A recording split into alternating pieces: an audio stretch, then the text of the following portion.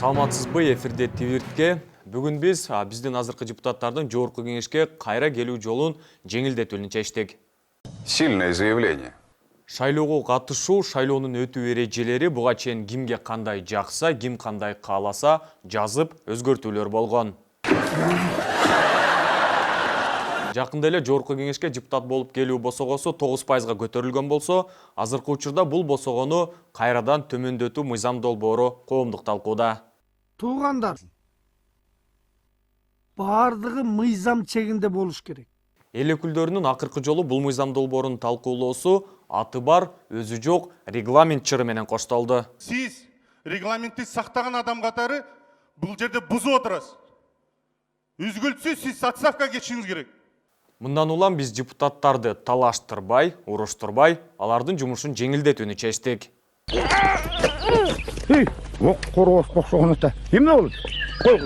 Кайра жазып отурбай бир эле жазганда мыйзам долбоорун жазып чыктык. Анда эң алгачкы пункт ким депутат боло алат.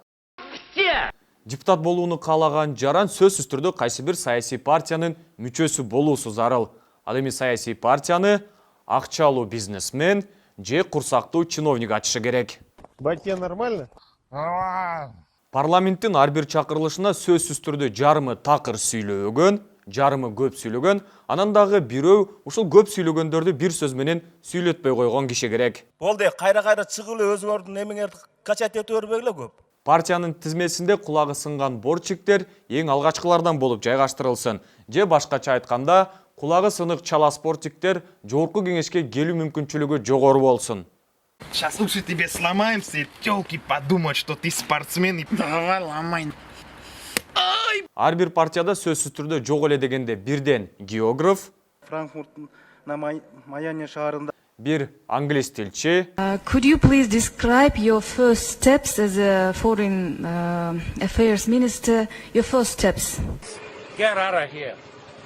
Get out of here, man. Shit. сөзсүз түрдө бир акыны, Erkeletip жүрүп, эртелетип кетирди го бир өтмөттү. 20сы жыдып кетти, 20сы жылып кетти. Ошол эле көздөр, ошол эле сөздөр. Ошо менен орозо, анан нар көчмөндөрдүн ойуну, көчмөндөрдүн oyundan кийин көпкөндөрдүн oyunu ошо менен дагы жылып кетти. куудул актер болуусу зарыл.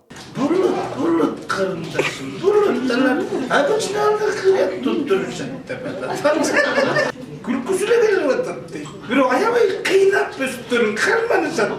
Анан дагы бир белгилөөчү жагдай акчасы $500 миллион аз болгон талапкерлер депутаттыкка аракет кылбай эле койгону жакшы. Себеп дегенде парламентке келгендер сөзсүз түрдө $500 миллион чорный касса ойносун деген пункт кошконбуз.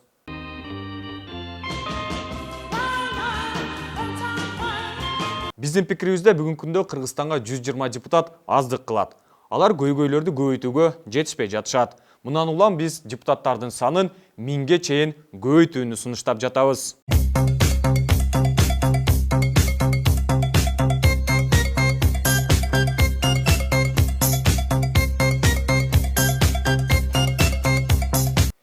Эми эл өкүлдөрү такыр талашып бүтө албай жаткан пунктка келдик. Шайлоо босогосун 9, 7, 5 же 3 кылып отурбай эле биз босогону таптакыр алып салууну туура көрдүк. Босогонун ордуна депутат болом дегендердин баары чогулуп, тушоо кесүү тоюндагыдай 100 метр аралыкка чуркап көрсүн.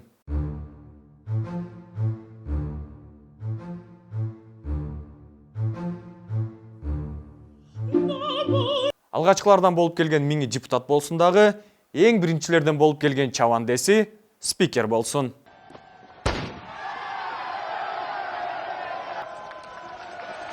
Новый мировой рекорд.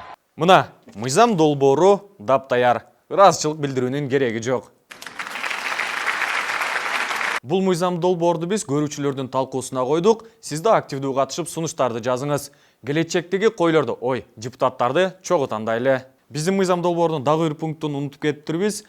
Келечекте депутат болом дегендердин баары биздин каналга катталсын, дагы кызыктуу видеолорду, ой пикирлерин сөзсүз түрдө бизге жөнөтүп, бөлүшүп туруңуз. Кызыктын баары алдыда жакшы лайкты басыңыз, биз менен болуңуз.